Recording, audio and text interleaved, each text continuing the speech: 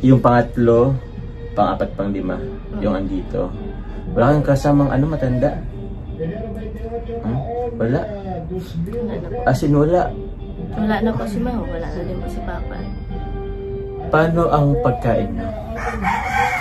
Yung sa insurance po ni Mama. Tapos, ako po kasi, as in, sobrang, nung nawalan ako ng trabaho, nahihirapan na akong maghanap ng trabaho. Ang trabaho. So, ang nagiging source of income namin yun, yung ni Mama, na pampagawa ng bahay. Yun, pampagawa talaga yun ng bahay. Kaso lang, so, kailangan. Kasi itong pangatlo naman, graduating po. Okay. Senior high school, magka-college. So, kailangan din ng suporta din. Yung dalawa, elementary pa lang. Elementary po. Hindi ko na rin po alam kung magkano ang nabawas doon. Kasi syempre, kailangan rin po dito sa bahay. Dahil may mga bayaran doon ka dito, kinukuha yung electric bill. Sa tubig. Tapos yung pagkain po. Mga ba? Lalo na ang estudyante ko ay may OJT. Oo. So, sa ngayon, Crystal, ikaw yung pinakang tumatayong parents ng mga bata, ng mga kapatid mo. May mga times ba na umiyak pa rin yung mga kapatid mo hanggang ngayon? Sa akin pa hindi. Sa akin, hindi na. Parang tanggap na nila. Hindi ko alam kung tanggap na nila. Pero minsan, nakikita ko yung kapatid ko na pang-apat. Madalas niyang pinapatugtog yung mga favorite song ni Mama. So, ibig sabihin, naaalala niya pa po si Mama. For sure. Kasi napakabago pa lang, last year pa lang, August. Ay. Ito po yung kanila pong tinitirahan. Yan po. Oops. So, ano to? Kwarto to? Ano? Okay. Sige lang. So, mga kwarto. Asan yung kusina nyo? Ito na rin din. Opo, yan. Tas, Ito yung gasol. oo. Yan lang, yan lang. Yan lang din. So, ikaw lang din talagang Crystal, dito? Parang ikaw ang nanay at tatay. So, paano mo, Crystal, pinapalakas yung loob nila? Kumusta ka? Parang kahit pa paano malakas din ang loob mo, kahit pa paano? Ngayon po, Oo. hindi po, siguro, hindi pa naman po ako totally healed doon sa nangyari about kay Mama. Actually, hindi po kasi ako pwede umiyak. Oo. Kapag nakita ko umiyak ng mga bata, syempre, so yun. Kasi ikaw yung parang source of energy nila. Alam mo yun, yung tipong dapat maging matapang ka, dapat maging malakas ka. Lalo na ang bunso, laging nagtatanong. Yun. Kaya, hindi ako pwede umiyak. Alam ko sobrang bigat ng mo ngayon, sobrang bigat ng pinagdaraanan mo. Napakasariwa pa yung nangyari. So, sa ngayon, anong plano nyo? Anong plano mo? Kasi yung na-receive mong parang tawag nun? Insurance. Sa ganitong panahon, sa ngayong panahon, medyo madali na lang yun maubos eh. Sobra po. Sa mahal po ng Bilihin. Opo. Ano bang mga kinakain nyo sa ngayon? Ngayon po, ako po ang madalas na nagluluto dito sa bahay. Ikaw ang laging naiiwan. Ako po ang naiiwan. So, kapag ganito hapon, magluluto na ako ng panghapunan namin, almusal, tanghalian. Kasi uuwi po sila. Lalo na at minsan magbabaon ng pananghalian eh. Ay, oo, ano bang niluluto mo sa almusal madalas? Madalas, sinangag, itlog, tsaka tuyo. Yun ang paborito naman ng bunso. Nagbabaon ba sila ng rice?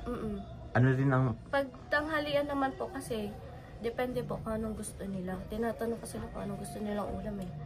Minsan, tinatanong ko sila, kapag halimbawa ngayon ang ulam nila hotdog, dapat bukas gulay. Okay. Oo. Para balance eh. Parang Kasi hindi po pwedeng araw-araw O di naman. Tsaka mas healthy ang gulay. Ano to? Crystal? Bigas po. Bigas yan? po to. Bigas na nagsimpo. Sige nga eh.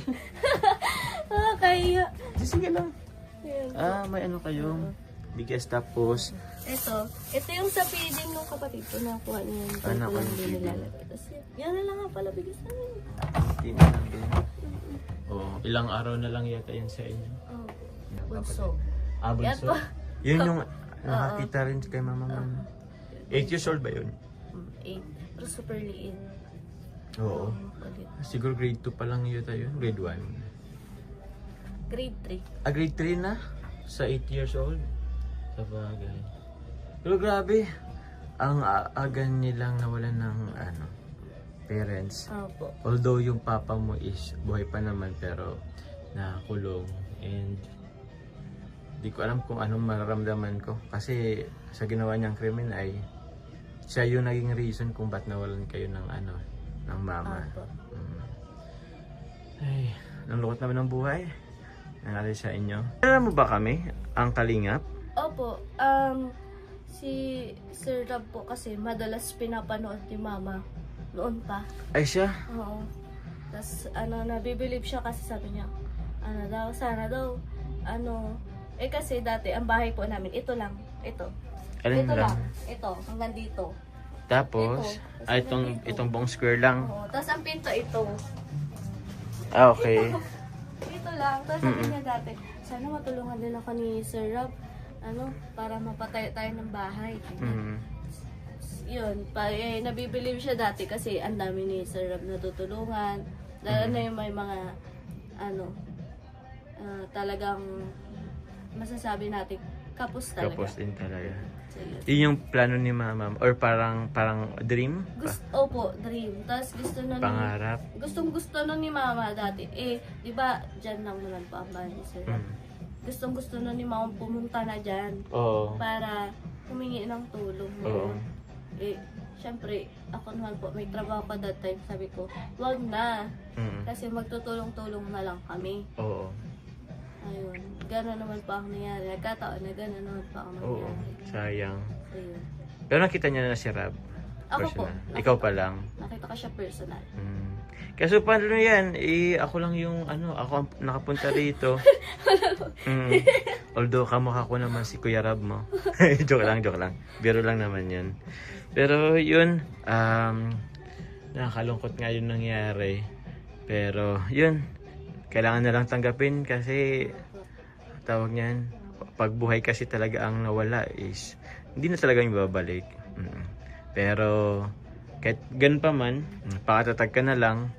Tulad ng sinasabi mo, yung yung mga kapatid mo. I mean, although mahirap pero hindi ka nagpapakita ng umiyak kasi nga ikaw yung source of energy nila. Diyan na ako sa iyo. Dito naman po natin para. O sige, diyan natin ilagay. Bigyan ko po ng dala po ulit tayong groceries po para kay Crystal. Daan. Okay lang to. Sa pa yata to ng sa mga kapatid mo.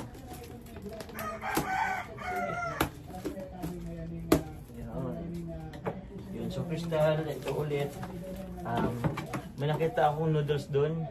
So dagdagan na lang natin ulit ang noodles. So ito po mga kalingap. Meron tayo ditong tawag yan. Cheesecake. So dito pang baon ng mga kapatid mo. Ito, pansit ko, nagpapansit kayo. Kape. Mga noodles po. Yan, mga noodles. Walang labas ko. Mga noodles po mga kalingap. And yun, cracker, pambaon na rin to. Yun, yung mga kapatid mo. Kape. Gatas. Yun. Tapos, yun, dilata. Pakita ko ba? So, meron po dito mga dilata. O, yan po. Dilata. Tapos, itong, lang to, 5 kilong bigas. So, pwede na rin yata ito pang dagdag, pang so, yun, Crystal. Tapos, bigyan na rin kita, Crystal, ng 2,000. Oops. Para saan? Bigyan na lang kita ng 2,000. Pang mo lang, pang dagdag mo sa baon ng mga kapatid mo. Kung anong kailangan nyo dito sa bahay nyo. So, tanggapin mo na to. Tulong lang din naman to. Okay? Okay lang naman yan. Gusto ko lang pong magpasalamat una-una kay Sir Val, kay Sir Rob, at sa lahat ng mga part ng Kalingap. Kasi, ito kasi, parang pangarap lang to dati ni Mama na ma-feature siya sa vlog ng one of the isa sa mga vlogger ng Kalingap. Nagkataon naman na wala na si mama. So, yun, nagpapasalamat pa rin po ako kasi pinigyan kami ng chance or ako para ma-share yung naging kwento or naging nangyari kay mama. Tsaka lalo na po sa mga tulong na binigay. Ito ka rin po magpasalamat kay Sir Jomar sa cash saka sa grocery na ibinigay niyang tulong pandagdag para sa aming magkakapatid. Sobrang laking tulong na po nito sa amin. Sana po pagpalain kayo nawa. Salamat po. Welcome, Crystal. Pero kahit Kuya Jomar na lang itawag mo sa akin, kahit wag ng sir. Opo, Sige Kuya po. Jomar na lang. Nabot ko sa iyo na 2,000. Ipangdagdag mo na lang din sa mga, yun, gastos mo dito sa bahay. Pangbaon ng mga kapatid mo. Kasi sa ngayon, alam ko, wala ka pang source of income. So, naka-ano pa kayo dun sa ano, tawag niyan? Dun sa insurance ni mama mo. Nakalungkot lang na gusto ni mama mong ma-feature sana Opo. sa Kalingap, kaso ito naman, kwento naman ng mama mo siya mismo ang wala. Yung kwento naman po ni mama ang magiging rason Maging rason. kung bakit naman po kami ma-feature. Kaya nga eh. Crystal, salamat sa iyo.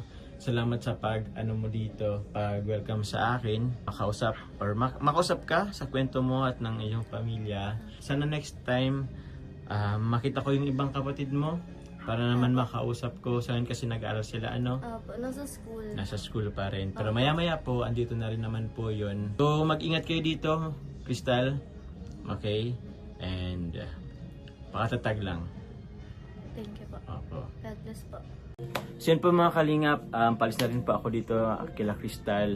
So maraming salamat po sa inyo pong suporta, sa nagbibigay po sa akin ng support, sa mga hindi nag-skip ng ads sa ating mga uploads po. Laking tulong po yan, kaya maraming salamat po sa inyo. Balik na lang po ako dito and hopefully po makausap ko din yung kanila po mga kapatid, ng kapatid po ni Crystal, para naman makapagkwentuhan.